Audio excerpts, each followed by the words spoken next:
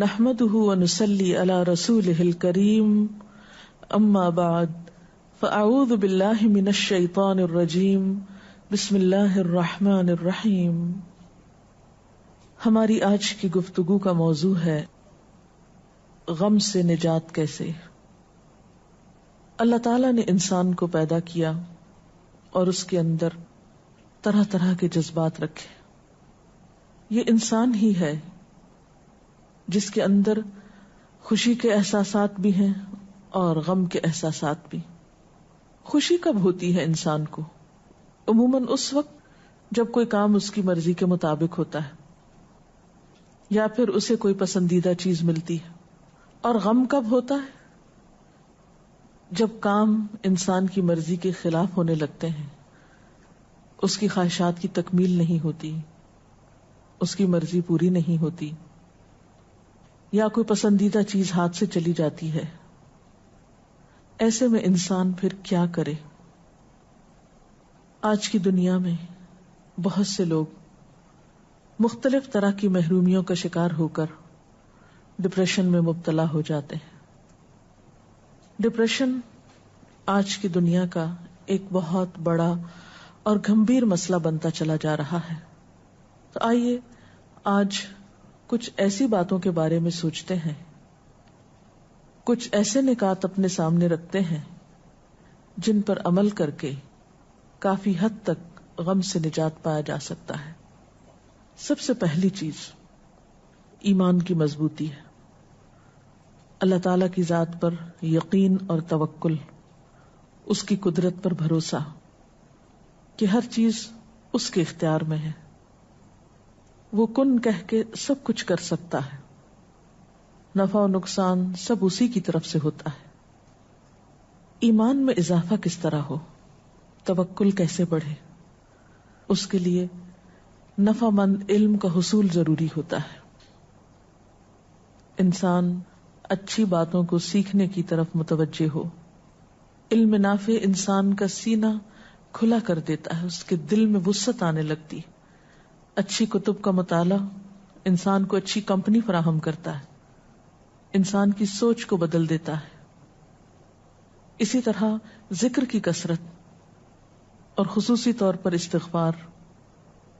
حدیث پاک میں آتا ہے جو استغفار کو اپنے لیے لازم کر لے، من لزم الاستغفار، استغفار سے چمٹ جائے، کثرت سے استغفار پڑھے، اللہ تعالیٰ اس کے لیے ہر غم سے نجات کا راستہ بنا دیتے ہیں، ہر مشکل سے نکلنے کے لیے کوئی نہ کوئی راہ اسے عطا کر دیتے ہیں۔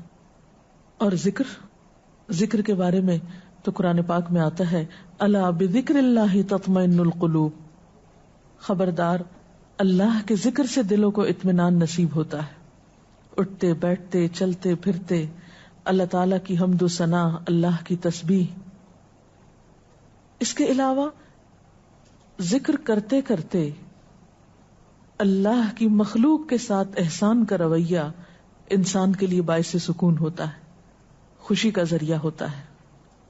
انسانوں کے ساتھ خواہ اپنے ہوں یا پرائے، رشتہ دار ہوں یا اجنبی، ان کے ساتھ احسان کرنا انسان کو خوشی بخشتا ہے۔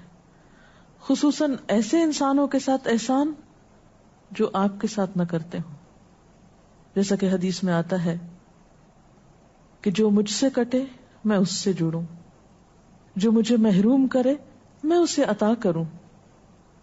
لہذا ان لوگوں کے ساتھ بھلائی کرنا جو ہمارے لیے اچھے جذبات نہ رکھتے ہوں، کیونکہ بدلے کے طور پر احسان کرنا تو آسان ہوتا ہے، لیکن ایسی حالت میں احسان کرنا جبکہ ہم پر زیادتی کی جا رہی ہو، کرنا تو مشکل ہوتا ہے، لیکن اس کے نتیجے میں انسان کو ایک بے پایہ مسرت نصیب ہوتی ہے، ایک بہت گہری ٹھنڈک کا احساس ہوتا ہے۔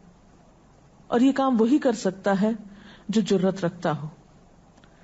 لہذا دل کا ثبات اور نیکیوں پر استقرار یہ بھی بہت ضروری ہوتا ہے۔ اور بندوں کے ساتھ نیکی اس وقت ہو سکتی ہے جب انسان کا دل بندوں کے خلاف نفرت اور حسد کے جذبات سے خالی ہو، کیونکہ جب تک انسان انتقام کی پالیسی پر عمل کرتا ہے، انسان بدلہ لینے کی سوچتا رہتا ہے، اس وقت تک سکون نہیں پا سکتا، اسے خوشی نہیں مل سکتی، کیونکہ نبی صلی اللہ علیہ وسلم نے یہ بھی فرمایا کہ مجھے میرے رب نے حکم دیا ہے کہ ان اعفو عمن ظلمنی، میں اس کو معاف کر دوں جس نے مجھ پر ظلم کیا ہو۔ تو جب تک انسان درگزر نہ کرے، دوسرے کے قصور معاف نہ کر دے، اس وقت تک چین نہیں پا سکتا، کیونکہ انتقام کی آگ میں جلنے والا سب سے پہلے تو خود کو نقصان دیتا ہے۔ انتقام تو معلوم نہیں لے سکتا ہے یا نہیں لے سکتا، لیکن اپنی پریشانیوں میں اضافہ کرتا رہتا ہے۔ اسی طرح ڈپریشن سے نجات کے لیے یہ بھی ضروری ہے کہ ہم اپنی زبان کی حفاظت کریں، فضول باتیں، فضول گفتگو اور لغویات سے پرہیز کریں، ہر معاملے میں اعتدال سے کام لیں، محبت ہو یا نفرت ہو۔ پھر اسی طرح یہ فارغ رہنے سے بچیں، کیونکہ جو شخص فارغ ہوتا ہے، جس کے پاس کوئی کام نہیں ہوتا، جس کی زندگی میں کوئی مقصد نہیں ہوتا، جو شخص اسٹرگل نہیں کرتا، ہارڈ ورک نہیں کرتا، محنت نہیں کرتا، وہ شخص کبھی بھی غم سے نجات نہیں پا سکتا۔ پھر اسی طرح یہ بات بھی ضروری ہے کہ انسان آج میں رہے، ماضی میں جو ہو چکا سو ہو چکا، وہ تو ہاتھ سے جا چکا، وہ واپس نہیں آ سکتا۔ پچھلا لمحہ جو گزر گیا آپ اس کو پلٹا نہیں سکتے، اس کے لیے کیا ہے کہ آپ آج میں رہنا سیکھیں اور کل کی فکر نہیں کریں، کیونکہ کل آپ نے دیکھا ہی نہیں، کل تو اندھیرے پردے میں ہے، نہ ماضی آپ کے ہاتھ میں نہ مستقبل آپ کے ہاتھ میں ہے، آپ کے ہاتھ میں آج ہے۔ اس آج کی قدردانی کریں، اس آج کی فکر کریں۔ اس وقت اللہ نے جو وقت دیا ہے، اس وقت اللہ تعالی نے جو قوت جو قدرت ہمیں عطا کی ہے، اس سے فائدہ اٹھائیں۔ ہم دیکھ سکتے ہیں، ہم بول سکتے ہیں، ہم اپنے بہت سے کام کر سکتے ہیں، ہمارے پاس اس وقت زندگی جیسی نعمت ہے، جب یہ نہیں رہے گی تو ہم کسی کام کے لائق نہیں رہیں گے۔ اس لیے جو آج ہے، جو اس وقت ہاتھ میں ہے، جو یہ لمحے ہیں، ان سے فائدہ اٹھائیں، ان کو انجوائے کریں، ان میں اپنی سوچ کو مثبت بنائیں۔ پھر اسی طرح نعمتوں کے معاملے میں اپنے سے کمتر کو دیکھیں، دکھوں کے معاملے میں اپنے سے اوپر والے کو دیکھیں کہ ہم سے زیادہ مشکل میں کون ہے۔ تو اس طرح دل میں شکر کے جذبات پیدا ہوں گے۔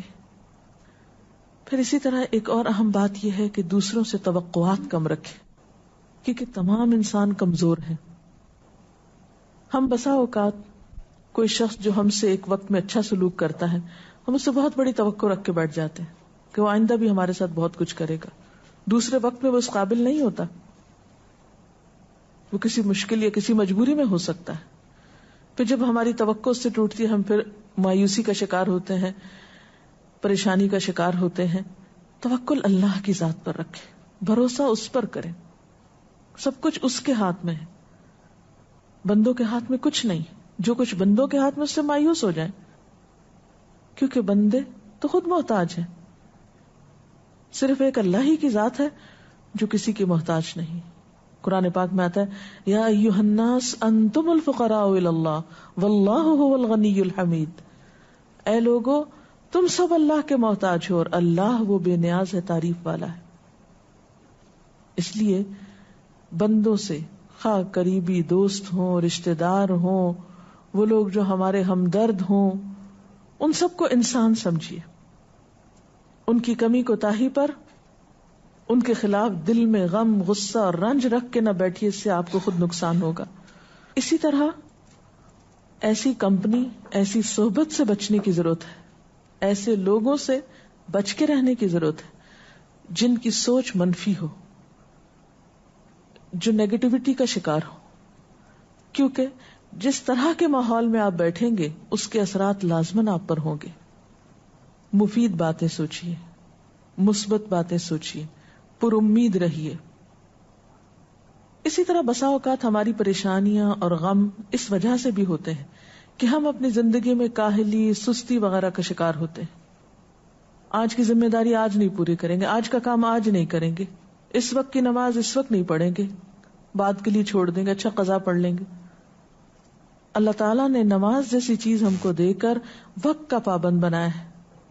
وقت پر اپنا کام ختم کریں، اپنے فرائض کو وقت پر مکمل کریں. تو جو لوگ اپنے کاموں میں تاخیر نہیں کرتے، آج کا کام کل پہ نہیں ڈالتے، وہ بھی بہت سی پریشانیوں سے بچے رہتے ہیں. پھر اسی طرح بسا اوقات کام بہت ہوتے ہیں اور آپ کوشش کے باوجود سب کچھ وقت پہ نہیں کر سکتے، تو ایسی صورت میں اپنی ترجیحات مقرر کریں، پرائرٹیز مقرر کریں کہ کون سا کام زیادہ اہم ہے، کون سا کام پہلے کر لینا چاہیے، کس کام میں تاخیر غیر مناسب ہے. تو اس سے بھی بہت سی پریشانیوں اور غموں سے نجات مل سکتی ہے. پھر اسی طرح وقتاً فوقتاً اپنے کو ملنے والی نعمتوں کا ذکر کرتے رہا کریں. اما بنعمت ربک فحدث. ہم عموماً اپنی مجلسوں میں لوگوں سے بات چیت کرتے ہوئے اپنی پریشانیوں اور غموں کے ہی تذکرے کرتے رہتے ہیں. جو نہیں ہے ہمارے پاس اسی کے بارے میں پریشان رہتے ہیں اور اسی پریشانی کا اظہار بھی کرتے رہتے ہیں. اس کے برعکس اپنی سوچ کو مثبت بناتے ہوئے ان باتوں کا ذکر کیا کریں، ان چیزوں کا جو آپ کی زندگی میں ہیں، جو آپ کی اچیومنٹس ہیں، جو نعمتیں اللہ نے آپ کو دے رکھی ہیں. تو اس سے آپ کے اندر ایک شکر کے جذبات پیدا ہوں گے اور وہ غم بھول جائیں گے جو آپ کو کچھ چیزوں کے نہ ہونے کی وجہ سے لاحق ہے. پھر اسی طرح کثرت کے ساتھ اپنے لیے دعا کیا کریں، اور نہ صرف یہ کہ اپنے لیے بلکہ دوسرے لوگوں کے لیے، کیونکہ انسان جب دوسروں کے لیے دعا کرتا ہے تو اس کے اپنے لیے قبولیت ہوتی ہے. پھر لوگوں کا خوف دل سے نکال دیں. یاد رکھیں کوئی انسان نہ آپ کو نقصان دے سکتا ہے نہ فائدہ دے سکتا ہے. نفع اور نقصان صرف اللہ کے ہاتھ میں. بسا اوقات ہم صرف توہمات کا شکار ہوتے ہیں، بلا وجہ لوگوں کا خوف اپنے دل میں رکھتے ہیں، حالانکہ ہم ان کی سوچ میں بھی نہیں ہوتے. ہم ایک ایسی بات سوچ رہے ہوتے ہیں جو دوسروں کے خیال میں بھی نہیں ہوتی. تو جتنا آپ لوگوں کے بارے میں حسن ظن رکھیں گے، ان کے بارے میں ان کے ظاہر پر معاملہ کرتے ہوئے ان کے ساتھ ان کے بارے میں اچھی سوچ رکھیں گے، اتنا ہی زیادہ آپ غم سے نجات پائیں گے. کیونکہ ہمارے بعض خدشات، بعض خوف بالکل بے بنیاد ہوتے ہیں، ان کی کچھ بھی حقیقت نہیں ہوتی. نبی صلی اللہ علیہ وسلم نے گمان کو سب سے جھوٹی بات بتایا. قرآن پاک میں بھی اللہ تعالیٰ فرماتے ہیں یا ایھا الذین آمنوا اجتنبوا کثیرا من الظن. اے لوگوں جو ایمان لائے ہو بہت زیادہ گمان کرنے سے بچو، فإن بعض الظن اثم. بعض گمان تو گناہ ہوتے ہیں. تو اس لیے محض گمان اور خیال کے اوپر اپنی زندگی کی عمارت قائم نہ کریں. پھر یہ بھی یاد رکھیں کہ ہر چیز قضاء و قدر سے ہے، اللہ نے تقدیر مقرر کر رکھی. ایک حدیث میں آتا ہے کہ ما اصابک لم یکن لیخطئک وما اخطأک لم یکن لیصیبک. جو تمہیں پہنچا وہ ہو نہیں سکتا تھا کہ تم سے خطا جائے، تمہیں ہی پہنچنا تھا، اور جو تم سے خطا ہو گیا ہو نہیں سکتا تھا کہ تمہیں پہنچے.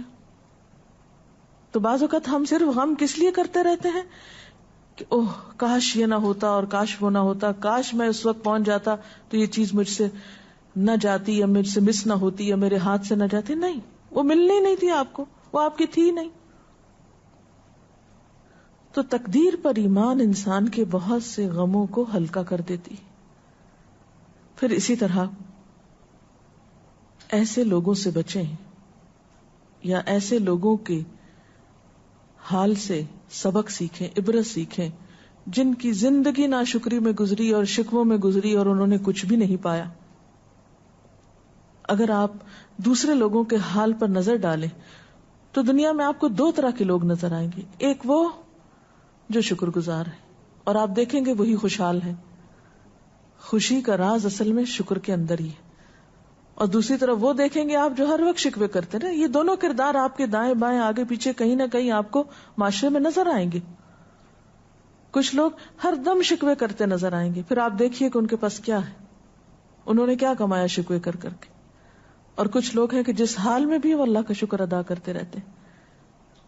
تو ان دونوں کرداروں پر نظر ڈال کر عبرت حاصل کریں، جیسا کہ نبی صلی اللہ علیہ وسلم نے فرمایا کہ میری نگاہ عبرت کی نگاہ ہو، میں ہر ایک کے حال سے کچھ نہ کچھ سیکھوں۔ پھر یہ کہ کسی بھی تنگی اور تکلیف کے موقع پر یہ نہ بھولے کہ ان مع العسر یسرا، فإن مع العسر یسرا، کہ ہر تنگی کے ساتھ آسانی، ہر مشکل کے ساتھ آسانی۔ جہاں کوئی تکلیف آئی ہے ضرور اس کے پیچھے کوئی اللہ کی حکمت۔ اللہ اپنے بندوں پہ ظلم کرنے والا نہیں ہے۔ اگر کہیں مشکل ہے تو اسی میں سے کوئی نہ کوئی آسانی کی راہ بھی نکلتی ہوگی۔ جیسے کہ ایک روایت میں آتا ہے کہ ہر دا کے ساتھ دوا بھی ہے، یعنی ہر بیماری کا علاج موجود ہے، ہر مشکل کا حل موجود ہے، لیکن ان سب چیزوں کے لیے صبر چاہیے۔ مثلا بیماری آتی ہے تو ایک دم نہیں جا سکتی، اب علاج کے باوجود آپ کو انتظار کی ضرورت ہے۔ اور پھر یہ کہ تنہائی کے کچھ لمحات میں اپنے رب سے باتیں کیا کیجیے، اپنے سارے دکھ، اپنے سارے شکوے اس ذات کو سنائیں جو آپ کا راز فاش نہیں کرے گی۔ اس اللہ کے سامنے اپنے دکھ اور تکلیف رکھیں کہ جو ہر آن آپ کی مدد کے لیے حاضر ہے، نہ وہ سوتا ہے نہ اس کو اونگ آتی ہے، وہ ہر وقت ہر بے قرار کی دعا قبول کرنے کے لیے تیار ہے۔ ضرورت اس بات کی ہے کہ اس کو پکاریں۔ اللہ تعالی ہمیں وہ راستے سجھائے، وہ طریقے سجھائے کہ جس سے ہم اپنی اس زندگی کو ضائع کرنے کی بجائے اس سے بہترین کام لے سکیں۔ اگر اس سلسلے میں کوئی سوال ہے آپ کے ذہن میں تو آپ کر سکتے ہیں۔ خاندانی معاملوں میں کئی دفعہ انسان صبر کرتا ہے تو لوگ اس کو آپ کی کمزوری سمجھتے ہیں، تو اس وقت کیا صبر کرنا انسان کے لیے صحیح ہوتا ہے؟ بات یہ ہے کہ لوگ جو بھی سمجھیں، کیونکہ لوگ کچھ نہ کچھ اوپینین تو آپ کے بارے میں ہر صورت میں رکھیں گے، لیکن آپ کو وہ کرنا ہے جو آپ کے لیے فائدہ مند ہو۔ اپنے عمل کو لوگوں کے تابع نہ کریں کہ آپ نیکی اس وقت کریں گے جب لوگ نیکی کرنے کو اپریشیٹ کریں گے۔ اور یہ بھی یاد رکھیں کہ ایک ہی وقت میں ایک ہی کام کو کچھ لوگ اپریشیٹ کر رہے ہوتے ہیں، اس کی تعریف کر رہے ہوتے ہیں، اور کچھ لوگ اس پہ تنقید کر رہے ہوتے ہیں۔ اب آپ کن لوگوں کی بات کریں گے، کن کے اوپینین پہ جائیں گے؟ تو حقیقت یہ ہے کہ عقل مند انسان وہی ہے جو اپنے عمل کو لوگوں کی مرضی کا پابند نہ بنائے، اللہ اور اس کے رسول صلی اللہ علیہ وسلم کی مرضی کا پابند بنائے، اور جس وقت جو کام کرنا ان کے نزدیک بہتر ہے وہ بے خوف و خطر ہو کے کر جائے۔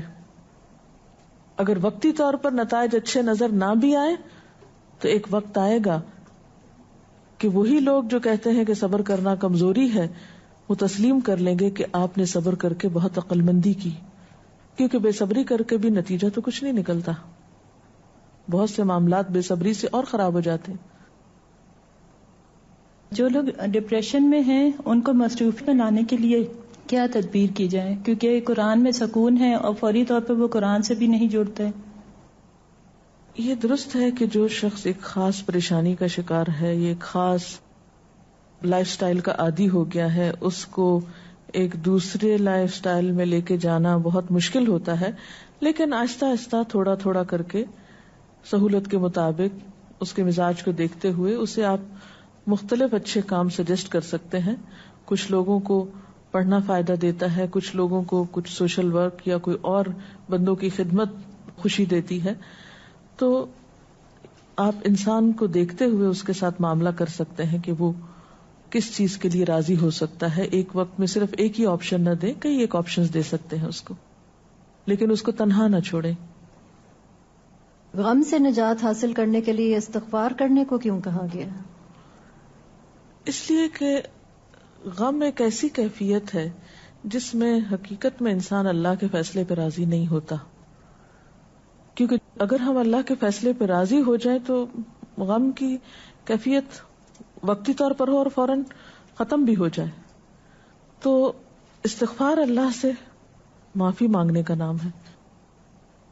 تو جب انسان استغفار کرتا ہے اللہ تعالیٰ اس کی طرف اپنی رحمت کے ساتھ متوجہ ہوتا ہے اس کو پھر توفیق دیتا ہے کہ وہ نیکی کی طرف مائل ہو اور اس چیز سے باہر نکل آئے جس کو اس نے اپنی زندگی پر اپنے نعمتوں پر طاری کر رکھا ہے. کیونکہ غم منانے والا شخص ایسا ہی ہے کہ جیسے وہ ساری نعمتوں سے دستبردار ہو گیا ہے, ساری نعمتوں سے ناراض ہو گیا ہے جو اللہ نے اس کو دے رکھی ہیں, اور ایک نعمت کے جانے پر یا ایک مرضی پوری نہ ہونے پر وہ خفا ہے اللہ سے اور بندوں سے. تو اس لیے استغفار ضروری ہے. ڈاکٹر صاحب, آپ تقدیر کے بارے میں کیا کہتی ہیں؟ کہ بعض لوگوں کو یہ کہتے ہوئے سنا ہے کہ جب تقدیر میں ہی لکھا ہے کہ ہم نے کیا کرنا ہے, اللہ کو سب معلوم ہے, تو پھر کیوں جو بھی ہم کریں گے وہ تو اللہ کو معلوم ہی ہے. لیکن اللہ تعالیٰ ہی نے حکم دیا ہے کوشش کرنے کا. اللہ کو معلوم ہے, سب کچھ معلوم ہے, لیکن معلوم ہونے کا مطلب یہ نہیں کہ ہم اپنی ایفرٹ اور اسٹرگل چھوڑ دیں. وہ اس کے حصے میں ہے, ہمارے حصے میں ہمارا کام ہے. جیسے لوگ جو ہیں وہ زیادہ تر ابھی بھی لوگ جو ہیں, علم تو آ چکا ہے, بہت اللہ کا شکر ہے, لیکن لوگ ابھی بھی لوگوں پہ اور مال پہ زیادہ ڈیپینڈ کرتے ہیں بجائے اس کے کہ اللہ پہ توکل کریں. تو ایسی کوئی قرآن میں اور حدیث اس کی روشنی میں کوئی ہمیں ایسا کوئی پہلو مثبت مل جائے جسے ہم توکل تو اللہ پہ ہے لیکن اور مثبت اور جمے ہوئے رہے ہیں اس میں, جو ہمارے لیے ایک راہ عمل رہے اسی پہ. اللہ تعالیٰ فرماتے ہیں کہ جو کوئی اللہ پہ بھروسہ کرے گا اللہ اس کو کافی ہو جائے گا, اور اس کے لیے دعا بھی سکھائی گئی ہے, حسبنا اللہ و نعم الوکیل نعم المولا و نعم النصیر. لیکن توکل کا یہ مطلب نہیں کہ انسان کوشش نہ کرے.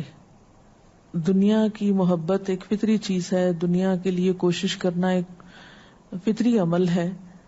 توکل کا مطلب یہ ہے کہ جتنی اپنی استطاعت میں ہے کوشش وہ کر لے اور اس کے بعد پھر مطمئن ہو جائے, کیونکہ انسان کو ملتا وہی ہے جو اللہ کا اذن ہوتا ہے. انسان کوشش نہ چھوڑے کیونکہ اللہ کا حکم ہے کوشش کرنا ہے, اور اس کے ساتھ کوشش کے بعد پھر حرص نہ رکھے, لالچ نہ کرے, جو ملا اس میں مطمئن ہو جائے. دنیاوی کاموں کے لیے تو ہمیں فوراً سم ٹائم کی اجازت مل جاتی ہے, لیکن دین کے کام کے لیے سم ٹائم ایسا ہوتا ہے کہ اجازت کا ہی مسئلہ بن جاتا ہے کہ وہاں جانا ہے, تو پرمیشن کا دل بھی اتنا چاہ رہا ہوتا ہے لیکن ہم جا نہیں سک رہے ہوتے, تو اس وقت بھی بہت ہی غم کی حالت ہوتی ہے. کوئی بات نہیں, آپ اپنے گھر میں کوئی ایسا انتظام کر لیجئے کہ جہاں آپ مل کے اپنے آپس میں رشتے دار یا آپ محلے والے یا دوست احباب مل کے بیٹھ کے ایک دینی مجلس کا انعقاد کریں یا اللہ کا ذکر کریں. ضروری نہیں ہوتا کہ کہیں گھر سے باہر جا کر ہی انسان کسی اچھی کمپنی میں بیٹھے. بہت اچھا ہے اگر انسان کے پاس اپرچونٹی ہو, اگر نہیں تو انسان کے پاس بہت سے اور آپشنز ہو سکتے ہیں. تنہائی میں بھی بیٹھ کر آپ اللہ کا ذکر کریں گے اور اللہ سے مدد مانگیں گے تو انشاءاللہ بہت سی مشکلات آسان ہوں گی. جیسے قرآن پاک میں بھی آتا ہے, یا ایھا الذین آمنوا استعینوا بالصبر والصلاۃ, اے لوگو جو ایمان لائے ہو صبر اور نماز کے ذریعے اللہ سے مدد مانگو. تو اللہ بندے کو کافی ہو جاتا ہے جب بندہ اپنی کوشش کے بعد اس پر بھروسہ کرتا ہے. اللہ تعالی ہمیں ہر غم اور ہر تکلیف سے نجات دے. میں اپنی گفتگو کا اختتام نبی اکرم صلی اللہ علیہ وسلم کی اس دعا کے ساتھ کروں گی, اللہم انی اعوذ بک من الہم والحزن واعوذ بک من العجز والکسل واعوذ بک من الجبن والبخل واعوذ بک من غلبۃ الدین وقہر الرجال. اس دعا میں بھی آپ صلی اللہ علیہ وسلم نے غم اور فکر اور حزن اور ہم سے اللہ کی پناہ طلب کی ہے. تو حقیقت یہ ہے کہ وہی ہے جو ان تمام مصیبتوں سے نجات دینے والا ہے. اللہ تعالی ہم سب کو اپنی عافیت میں رکھے. وآخر دعوانا ان الحمد للہ رب العالمین. سبحانک اللہم وبحمدک نشہد ان لا الہ الا انت نستغفرک ونتوب الیک. والسلام علیکم ورحمۃ اللہ وبرکاتہ.